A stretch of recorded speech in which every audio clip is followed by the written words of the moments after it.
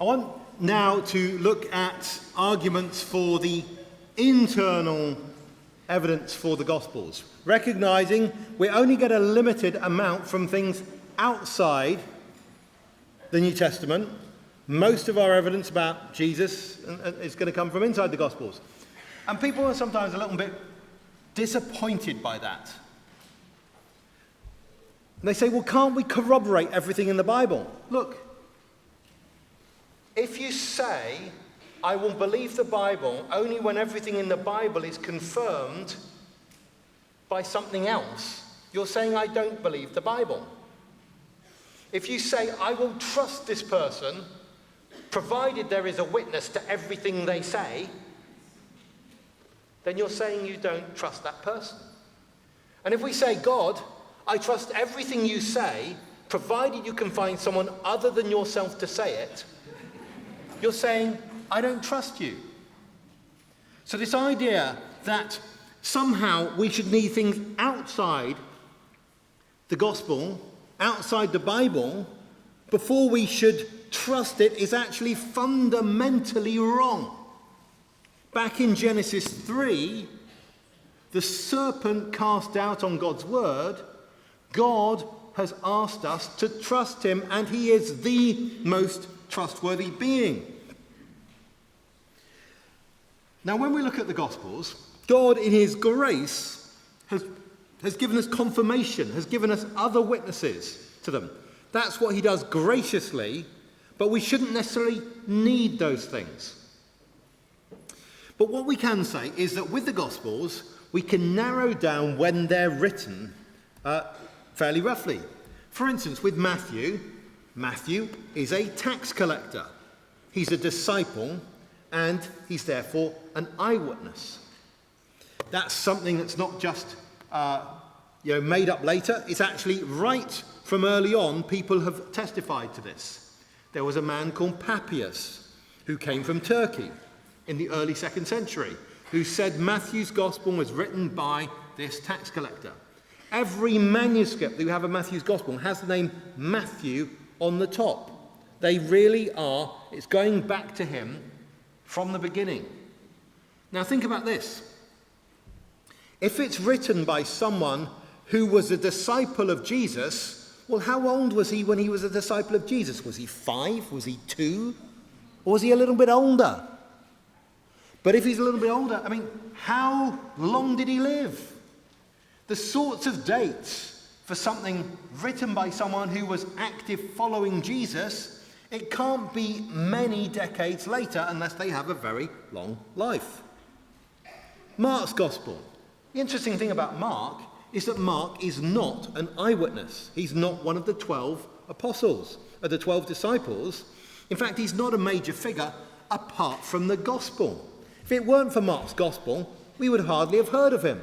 Yes, he comes up a bit in 1 Peter and in Colossians and so on, but who would Mark be if it weren't for the gospel? Now, I have a theory. My theory is this. J.K. Rowling didn't write the Harry Potter series. You know, she's a famous woman. She's a very rich woman, right? So I think that people put her name on the cover to make the Harry Potter series sell. Does that work? No, because she wasn't well known other than through the Harry Potter series. That's how she became famous. Right? That's how she became rich. If you'd simply stuck J.K. Rowling on a cover before she's famous, it wouldn't sell anything. Now she puts it on a cover and it probably would sell. So don't tell me someone put Mark on the cover of a gospel to make it look authentic, to make it, because no one had heard of Mark. In other words, there's no reason to say it's put the name Mark on unless it is actually by Mark. And who is Mark in the New Testament? Mark is someone who abandoned Paul. So great, you're trying to sell a gospel. Put on the cover of it the name of the guy who abandoned one of the most influential people in early Christianity. Bad strategy. Really bad strategy. But that's, in fact, what we have. He's also said to be an assistant to Peter. And the early tradition is that that's where he got his source from. It's not that he didn't make things up. He got information from an eyewitness. So Matthew's written by an eyewitness. Mark is written by someone connected to an eyewitness. And traditionally it's said to be written in Rome, and we'll find there's evidence for that because it actually has Latin words in it, more than the other Gospels. For instance, the word for John the Baptist's executioner is a Latin word. There are two words for centurion. There's a Greek word and there's a Latin word. He uses the Latin word. Again, it fits. Look at Luke's Gospel. Luke's similar to Mark. He would be a nobody if it weren't for his writings. If it weren't for Luke and Acts that he wrote as well, no one would have heard of Luke. So he's not a major figure, but again, he's a companion of Paul, and we know something about where he travelled because he often in the book of Acts said, "We did this, we did that." He also is a doctor, and he checked with eyewitnesses. He says at the beginning of his gospel, "I checked this all with eyewitnesses. I went right back to the beginning." And then he dedicates it to Theophilus. And Theophilus is said to be, he's called Most Excellent Theophilus. You remember that at the beginning of Luke's Gospel? At the beginning of Acts. Most Excellent Theophilus. That word, most excellent, means high-ranking Roman. So he's dedicating it to someone who's real, and that means that person knew him. Luke is authentic. Now, John is an amazing gospel because John is also an eyewitness gospel. So Matthew's an eyewitness gospel, John's an eyewitness gospel, and Mark and Luke aren't, but they are based on eyewitnesses. They're written by people who've checked with eyewitnesses. And this is what one of John's own disciples said. What we learn is that it's said that Polycarp was a disciple to John, and he was discipled by apostles, and he lived alongside many who had seen the Lord. Then someone who was a disciple of Polycarp talks about how he had learnt from Polycarp, and he in turn had learnt from John. Now what this means is we're talking about a absolute chain of tradition. You know, things being passed on. And they're saying, look, this man, two generations later, Irenaeus, has a copy of John's Gospel in front of him. He quotes words from it and says, "That was by my teacher's teacher." Now that, my friends, is a greater level of authenticity or authentication for an ancient book than you find for almost any classical literature. You look at an ancient writer like, let's say, Plato. How do we know Plato wrote anything at all? The answer is usually because manuscripts hundreds and hundreds of years later have got the word Plato on, and people say, well, Plato probably wrote this. That's it. Or they have an independent list that lists works that Plato wrote, and then they match that with manuscripts that say Plato wrote this. Do you understand? So for most ancient literature, most classical literature, we don't have someone quoting actual words from the book who's close up in time saying, this person who knew a person I knew wrote this book. That is far greater authentication than you have for classical literature. So in fact, this is an amazing thing that we have with John's Gospel. John's Gospel, so it's not only that Jesus has more witnesses about him than the Roman emperor, it's that John's Gospel is more authenticated than almost all the literature of the Roman Empire put together. It's a phenomenal thing. Now then we say, okay, so those are things we can say about the books. They have to be written reasonably close in time. But also we can say, let's do some tests. Do they know their stuff? So I've got some tests. Let's start with, do they know the geography? Now, I have to say, until a few days ago, my sense of geography of the UAE was terrible. Absolutely terrible. If someone had said to me, okay, I want you to draw on a map where Dubai is and where Abu Dhabi is, I wouldn't have known which way round, west or east. Sorry. You know, Ras Al Khaimah. What? Sorry. But I mean, really, you know, really no clue. You know, I have no idea. So, imagine me, before I looked up on Wikipedia and Google Earth, having to write a novel about what happened here. And I'm not allowed to check the internet. I've just got to write a novel. It would be disastrous. Total, utter disaster. You know, I wouldn't have a clue about the culture. But actually, I'm in a better position, even without the internet nowadays, than someone would have been 2,000 years ago making up a story. Think about this. Before there's internet, even your maps, I mean, you look at maps that are like 1,000 years old, 2,000, they're terrible. They didn't get the shapes of countries right. How would you actually make up a story and get the sort of details right? But what we find is the gospel writers name many, many towns. 12 to 14 each, between them 23 or so. And these are not towns. Some of them are mentioned in other sources, some of them aren't.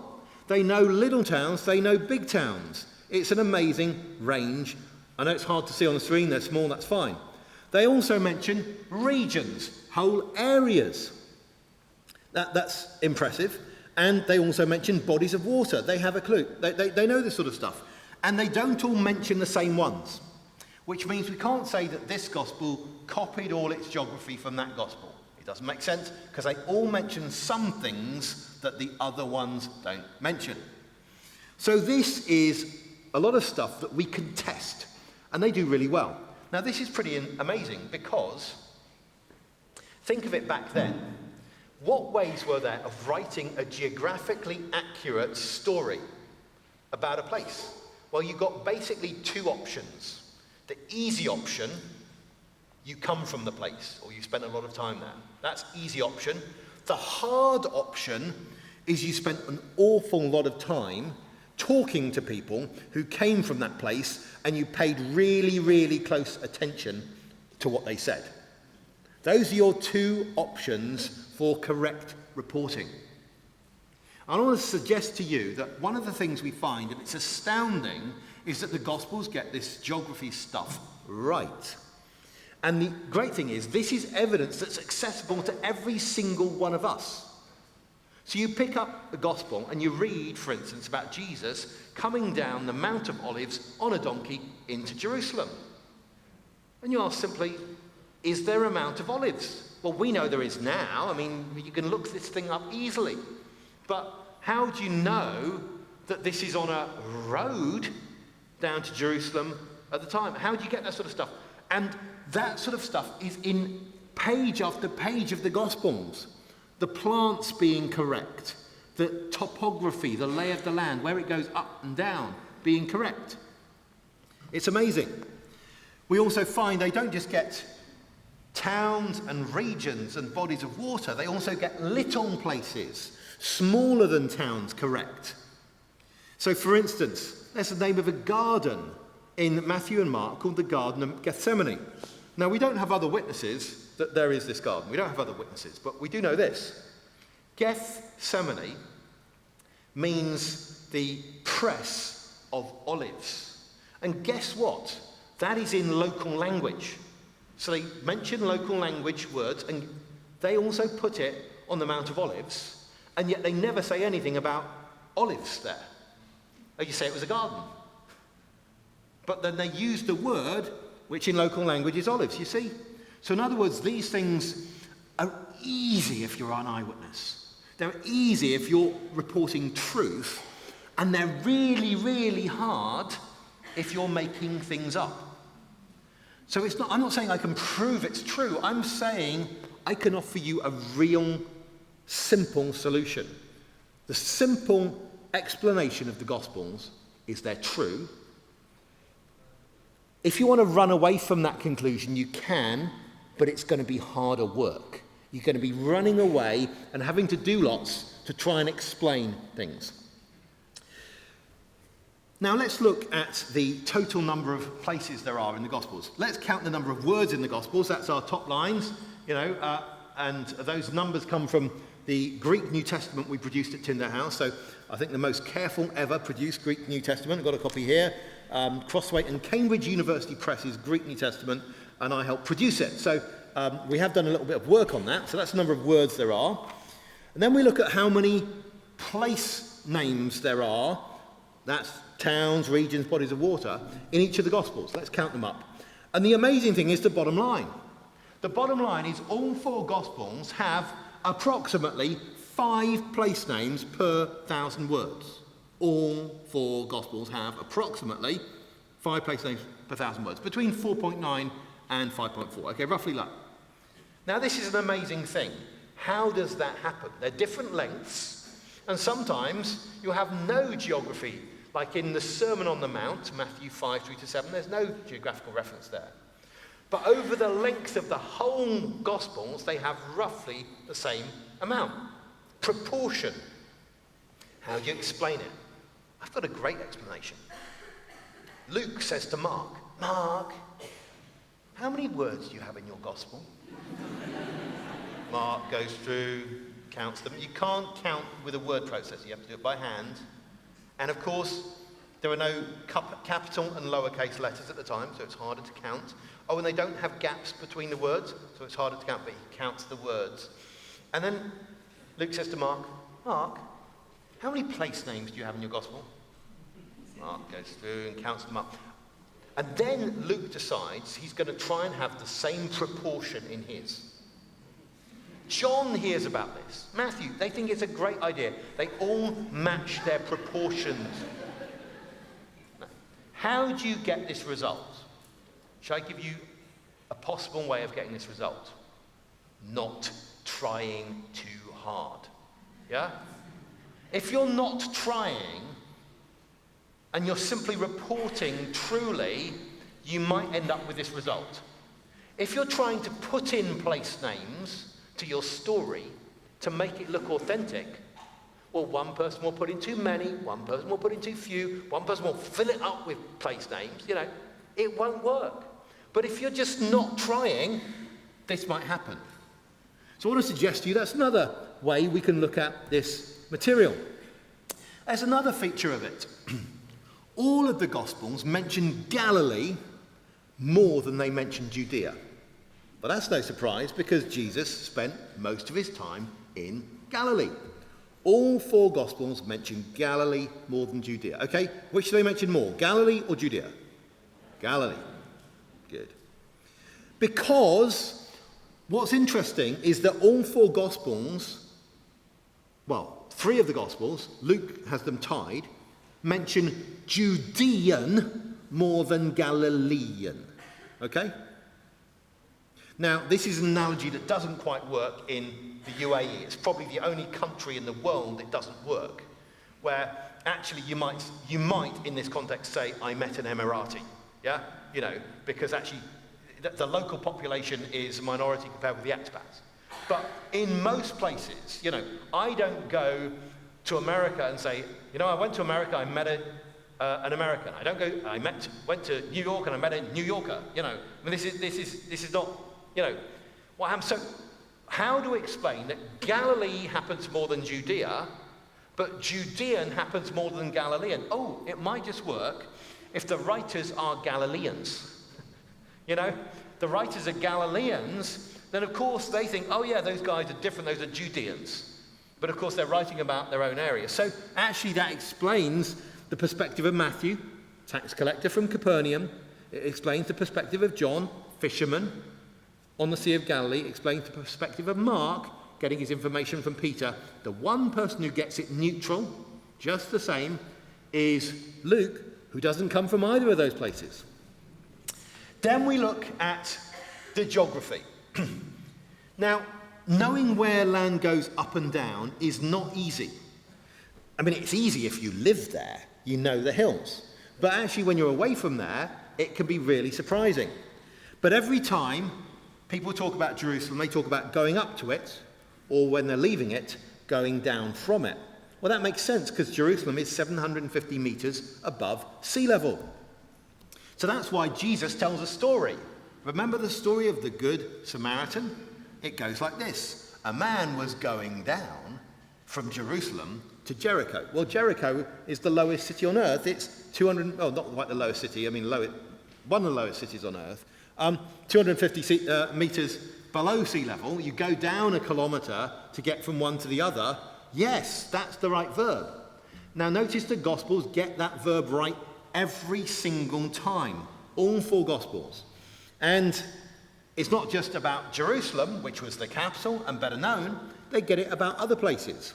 So, for instance, the trip from Nazareth to Cana, or Nazareth to Capernaum, or Cana to Capernaum, is described as going down. Luke chapter 4, he went down to Capernaum. John chapter 2, he went down to Capernaum. Well, again, that makes sense. Capernaum is low, below sea level, a couple hundred meters below sea level. And we know Nazareth is above sea level. It's high up. Cana, there are various options for where Cana may be. There are 3 possibilities for where Cana may be. They are all high up. So the Gospels get this stuff consistently right. They get the travelling times right. They get these things right. Here we have it from John chapter 4. A little account where Jesus heals a nobleman's son, and what we find is that this man, John chapter 4 verse 47, heard that Jesus had come from Judea to Galilee. And notice it doesn't say come down or come up, because when you're going from Judea to Galilee, you're going from mountain range, down a range, and up again. So you're doing a down and an up.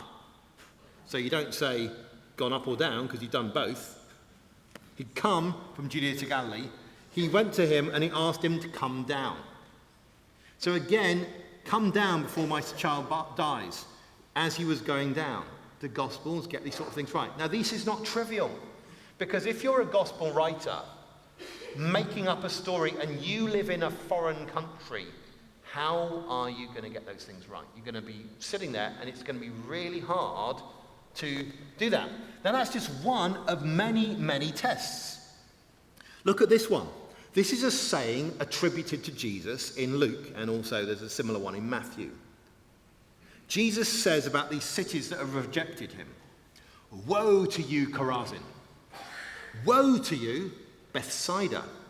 For if the mighty works done in you had been done in Tyre and Sidon, they would have repented long ago, sitting in sackcloth, in sack and ashes. But it will be more bearable in the judgment for Tyre and Sidon than for you. And you, Capernaum, will you be exalted to heaven? You shall be brought down to Hades." Now, what's so interesting about that? We've got 3 town names: Bethsaida, Chorazin, and Capernaum. So I thought I'd look up on Google Earth and Google Maps. And what's so interesting here is actually we have got Capernaum here just by the Sea of Galilee. And you can walk from Capernaum to Chorazin in 2 hours. So it's not that far. But that's 2 hours going around the hill, okay? Because they're actually just a couple of kilometres apart as the crow flies. You'd prefer to be a crow than a walker at that point. And Bethsaida is just off the map there. These 3 are incredibly close together. So you just read these words of Jesus and you think nothing about them. But what you realise is these words attest a lot of geographical familiarity. They're truly reported. So you put that together with what I said about the dry measures being used in Luke and the right expressions being used, mammon and children of light, all these sorts of things. And the simple explanation is we have this all from Jesus. Now, where else could you get the geographical information from? Well, I looked at all the geographical writers there were. So one person who wrote a lot about geography was a man called Strabo. Problem is, about him, he had never been to the land himself. So he wrote a book of geography, but that's not going to help you very much. He doesn't have enough information. Pliny the Elder, a great geographer, but again, he had never been to the land. He doesn't mention most of the towns. Tacitus, he's got information, but again, he doesn't have enough. Then there are people who have been to the land once or so. Philo, he lived in Alexandria in Egypt, and he wrote, but he didn't know the land very well, and he doesn't mention enough places. Ptolemy, the great astronomer, well, he didn't mention enough places either, and also he's probably too late to be used by the Gospels. Even on skeptical dates, he's probably just a kid. So, they didn't use his writings. Who does know the land? Well, one person who knows the land is Josephus. He was from Galilee and so on, and he spent time in Galilee. He actually came from Jerusalem. So that's great. The problem is he doesn't mention enough places either. One place that does mention lots of these places is the Babylonian Talmud, but it's 400 years or more too late. So together, if we put all of those things together, we can confirm lots of things in the Gospels, but none of them give you enough. In fact, the Gospels are not just confirmed by other things, the Gospels are a source of geographical information. For instance, everyone knows the Decapolis exists. The Decapolis, the 10 cities. But they are first mentioned in the Gospels. And then the other sources come along later. So in other words, historians use the Gospels because they're reliable like that. We can also say that whereas the 4 Gospels mention these different towns, there are also the false Gospels, which come from much later, but which get pressed nowadays. So people nowadays say, aha, have you heard about the Gospel of this or the Gospel of that, the Gospel of Mytoneon, the Gospel of Philip, whatever it's called, These things come from later. And how much geography does the Gospel of Philip know? It's heard of 2 places. One is called Jerusalem, which is the capital, and that isn't a very impressive piece of knowledge. And the other one is Nazareth, which it thinks is Jesus' middle name. Bad marks. What about the Gospel of Peter, which is not by Peter? Or the Gospel of the Saviour, which, again, is not by the Saviour or about, Actually, they mention 1 town each. 1. Which town? Jerusalem. What about the next 13 earliest apocryphal Gospels? How many towns do they mention? How many? Anyone guess the number? None. This is what's called a control sample. A great experiment. You've got a group. You've got other writings, and you compare the 4 Gospels with them. They're in different classes. The Gospels know their stuff. These other things that get in National Geographic and come out in the scandal books and so on, they don't. And that's just one test, the test of geography. Let's look at another test. Taxes. I know people may not think a lot about taxes around here, but anyway. Tax system. Let's just ask, do the Gospel writers know about the tax system? Well, isn't it funny? Matthew and Mark have a story about a whole group of these toll collectors, tax collectors, in Capernaum. Why Capernaum? They don't tell you. They just tell you that Jesus sat down with a lot of tax collectors and was criticized for doing so. That's Matthew and Mark. That story is not in Luke. It's not in John. But Luke has a different story. And Luke has the story of Zacchaeus, who's the chief toll collector in Jericho. Well, if he's the chief toll collector, that means there are lots of other toll collectors near there. Now, the funny thing is, when we look at these 2 places, Jericho down south, Capernaum up north, and Luke's story is only in Luke, Matthew and Mark's only in Matthew and Mark, and they're different stories, each of them have toll collectors near borders. You see, for Capernaum, it was the first town you came to when you came over a land border from one territory into another. In a lot of ways, it's a lot like the Emirates, except you don't have the borders across there, but you go from the territory of one shape to the territory of another shape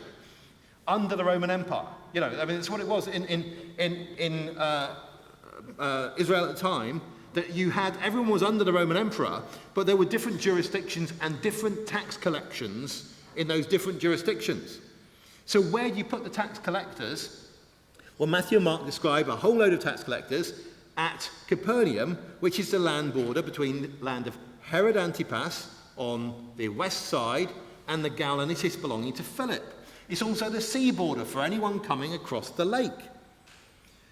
What about Luke? He has them in Jericho. And Jericho is the first city you come to when you're coming over from the east over the River Jordan. It makes complete sense. So in other words, even in these little details, they have things exactly right. Now, Matthew is supposed to be written by a tax collector. I wonder, what would a tax collector write like? Well, he mentions the Magi and their rich gifts. You know, the wise men and their rich gifts. He's the only one to mention them. He tells the parable about the hidden treasure. He's the only one to do that. The parable about the discovered pearl. He's the only one to do that. Here, the scribe who brings out old and new treasures. Yeah, only in Matthew. About Peter being approached by the temple tax collectors. Only in Matthew. The servant forgiven 1,000 talents who refused to forgive 100 denarii. Only in Matthew. The workers grumbling at their pay of 1 denarius, yet only in that gospel. The parable about talents, Judas's betrayal money and what it bought, and even the bribe given to the guards at the tomb. All of those things only in Matthew. He was a tax collector. He had an eye for the money. In fact, I did another test. I wondered which of the gospel writers mentions numbers the most, and guess what? Matthew wins. You know, yeah, he has about 4.8 numbers per 1,000 words. Sorry, this is the sort of geeky thing Bible scholars do because they've got nothing else to do. No, but seriously, there's so much to find out. And I am privileged every day to have coffee with a whole load of other Bible geeks, and they don't reject me too much. By the way, Tinder House, we've got about 40 to 50 people who are working at the doctoral level or above on the Bible. And it's quite normal that some of them will be working in 10 different languages for research. That's just normal, okay, in that weird environment. Anyway, come over and see us. But I just thought it was interesting that he mentioned more numbers than anyone else. Anyway, let's look at another test, the test of language. I've already mentioned this with Mark. That Mark has a story about how Peter can be detected based on the way he speaks. Hey, you're not from around here. You come from Galilee. Everyone can tell from the way you speak. That's what it's said when he's denying Jesus.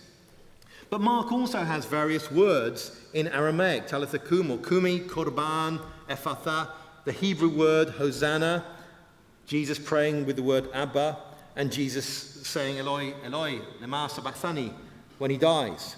He knows the local language, but at the same time he also knows Latin words. I've mentioned these. There's a Latin coin mentioned in Mark, the quadrans.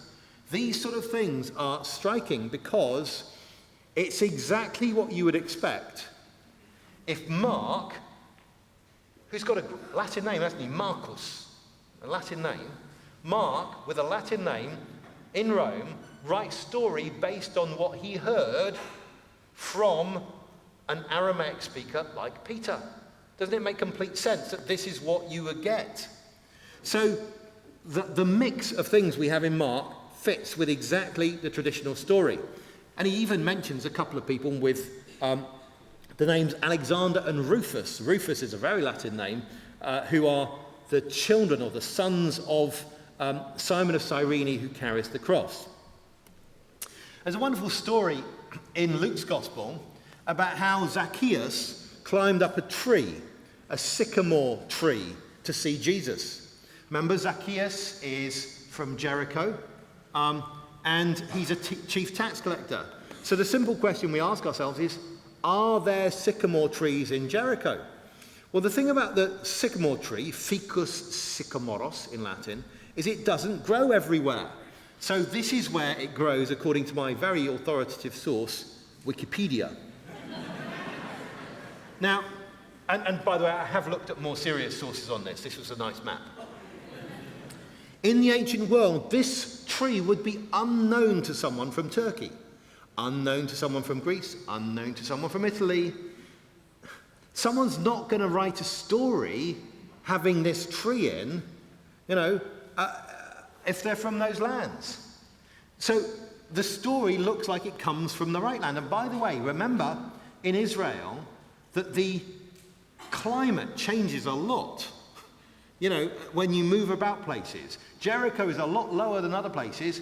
It's a particular sort of tree that grows there, as you can see in this picture. People can even climb in one. So these are the sorts of tests you can apply again and again.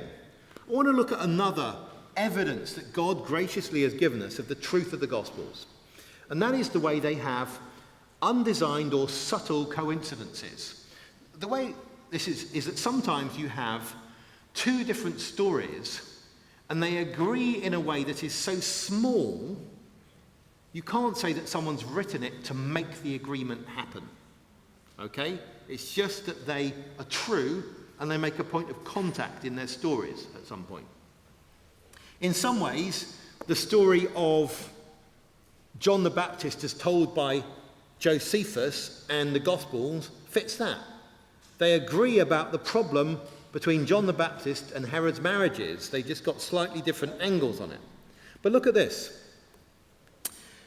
We've got this story in Luke, and only in Luke, of Mary and Martha. Mary and Martha, both beautiful local names. Now, as they went on their way, Jesus entered a village, and a woman named Martha welcomed him into her house. And she had a sister called Mary, who sat at the Lord's feet and listened to his teaching. But Martha was distracted with him serving. And she went up to him and said, "Lord, do you not care that my sister has left me to serve alone? Tell her then to help me." But the Lord answered her, "Martha, Martha, you're anxious and troubled about many things, but one thing is necessary. Mary has chosen the good portion which will not be taken away from her." That story is only in Luke. But Mary and Martha don't just come up in Luke. They also come up in John in a different context. The context is they live in Bethany and their brother Lazarus has died and Jesus goes to raise him. And the amazing thing is they send off, when Martha hears that Jesus is nearby, she, in John's Gospel, goes to Jesus. What does Mary do? She stays seated. That's interesting, because that was the position she was in Luke's Gospel. Martha, full of energy, activity, if you want the catering done, ask Martha. But if you want a bit of contemplation, ask Mary. But what we find is that Mary, the same sort of character is coming through, but a different story. Martha welcomes. In fact, it says Martha, notice in Luke, it says, Martha welcomed him into her house. And I wonder if she's the one who owns the house and not Mary. And I'm not quite sure on that. But anyway, then Martha, after meeting Jesus, sends a secret message saying the master to Mary, saying the master wants you. Now, I don't know about this secret message. And I would love to ask, is Martha telling the truth or not? Suppose we should give her the benefit of the doubt. Because it's not reported in John's Gospel that Jesus was actually sending for her. It's maybe Martha couldn't bear for things not to be happening and she needed to get her sister to be active, and so she made up the message. Or maybe, being more kind to Martha, Jesus had actually asked for her. But anyway, she sends a secret message. She's full, but it's a secret message. Anyway, that makes me more suspicious. She's full of activity. At this point, Mary gets up quickly and goes to weep. Now, notice, by the way, there's no evidence of Martha weeping in this story. Then Mary fell at his feet, at Jesus' feet. Luke's Gospel, that was where she was sitting, at his feet. When Jesus saw Mary weeping, he then weeps. But Martha, when Jesus says, take the stone away, she's got a practical objection. Lord, by this time there's already an odour, a smell. for he's been dead 4 days. Now, what do I think about these two stories? One of the things we notice, these beautiful stories, is they're different stories. One hasn't come from the other. And yet they reveal similar personality, don't they? And this is an amazing thing, because this is what happens when people report truly. You can tell stories about someone you know, and someone else who knows them could say, yeah, and I've got a similar story about them, because they often do that. You know, they often ask embarrassing, loud questions or whatever it is when you go out with them. Whatever it is. People do that. This is a sort of telltale sign of truth we have. That was two sisters. I'll give you another example. Two brothers. In Mark's Gospel, James and John are said to be called Boanerges, or sons of thunder. But Mark doesn't tell us why. Why does Jesus call them sons of thunder? No idea. I mean, why? Bit of a weird name. I mean, nice, but weird. But Luke tells a story. When the Samaritans rejected Jesus, James and John sought and they said, do you want us, Lord, to command that fire should come down from heaven to consume them? What's fire from heaven called? It's called lightning. Yeah?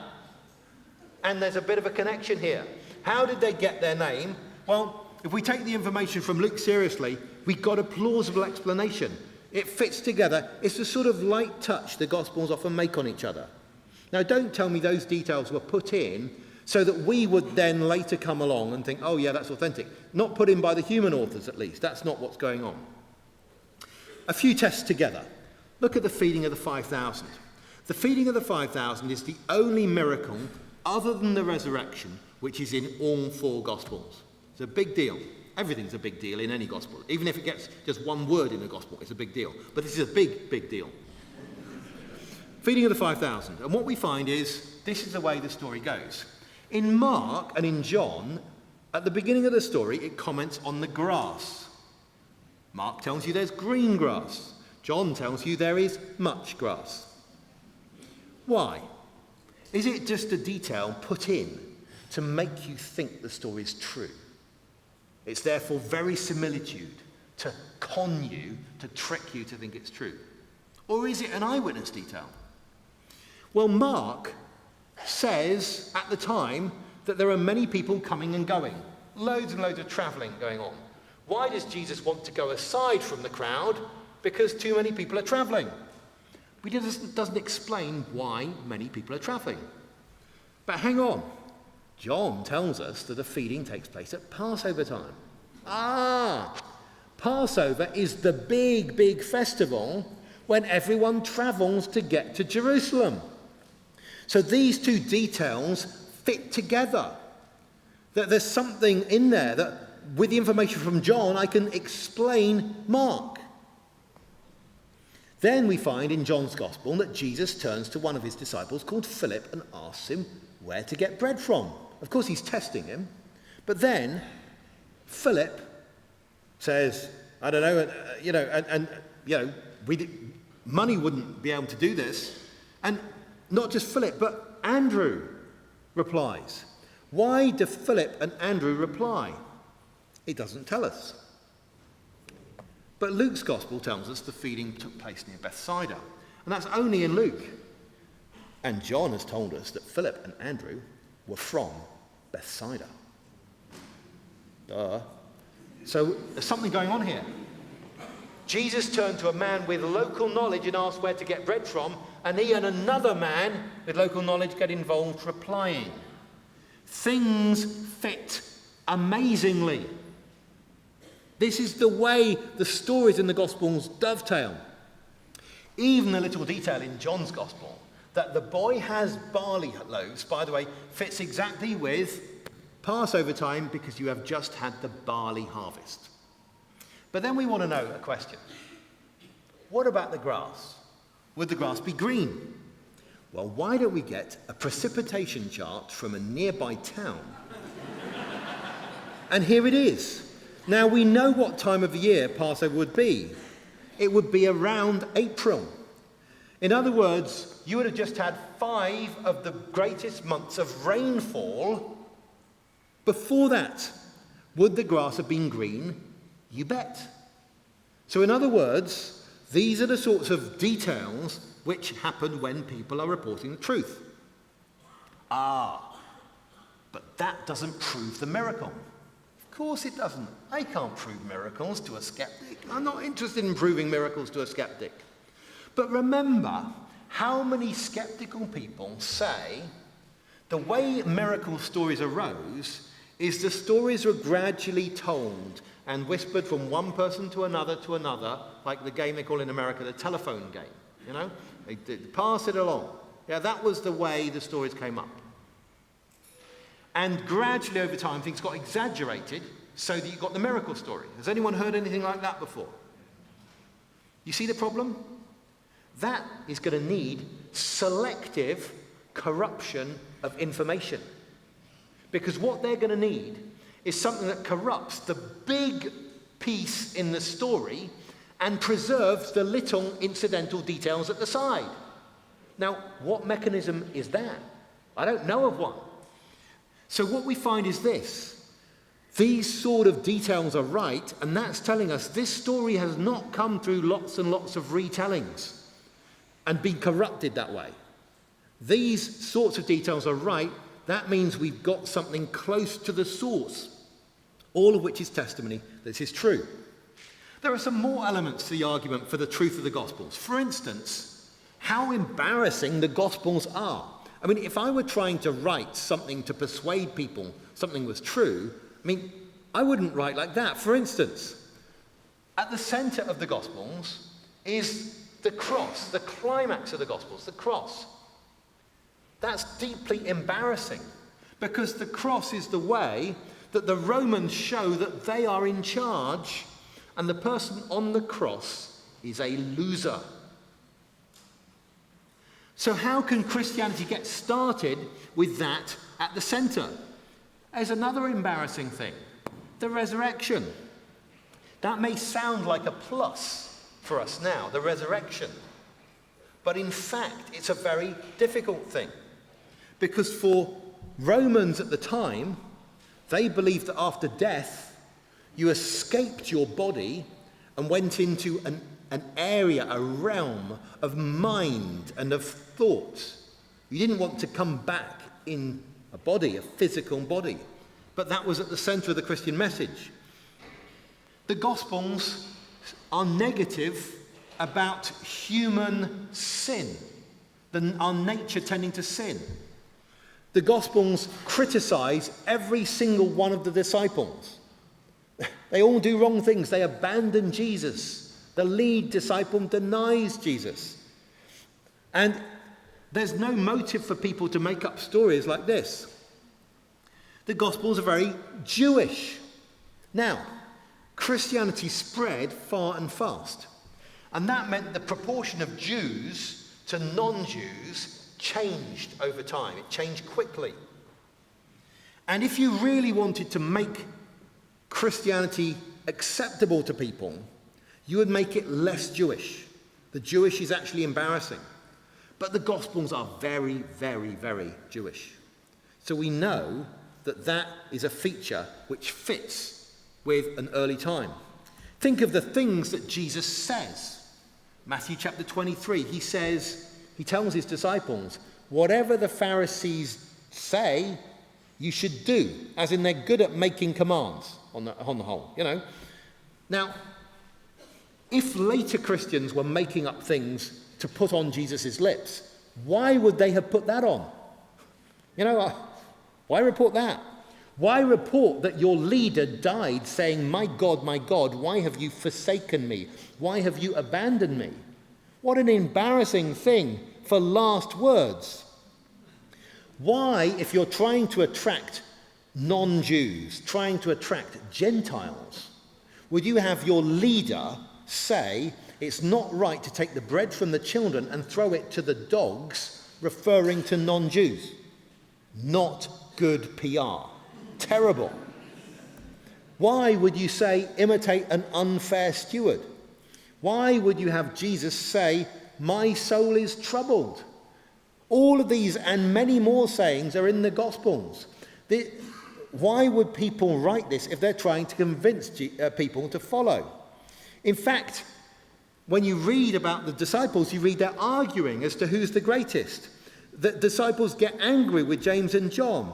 They report that Jesus overturns the tables. The disciples misunderstand. They all abandon Jesus. Peter denies Jesus. All these sorts of things we see. In fact, if I were going to put things on Jesus' lips, make up a story, there are two things I would really want him to say which he never says in the Gospels. Okay? Number one, what do we do with the non-Jews? How do we work them in to things? How do we include them or not? Nothing. Number two, how to run a church service. I mean, wouldn't that be great to have a word from Jesus on how to run a church service? And yet you never get it there, because the Gospels weren't made up putting things onto Jesus' lips. They're just reporting what he said. One thing they report repeatedly is that Jesus told parables. Now, in this way, they are dissimilar from other things. Because before the time of Jesus, there's no evidence that anyone told lots of parables. There are probably only 2 parables in the entire Old Testament: the wise woman from Tekoa and Nathan's parable, just 2.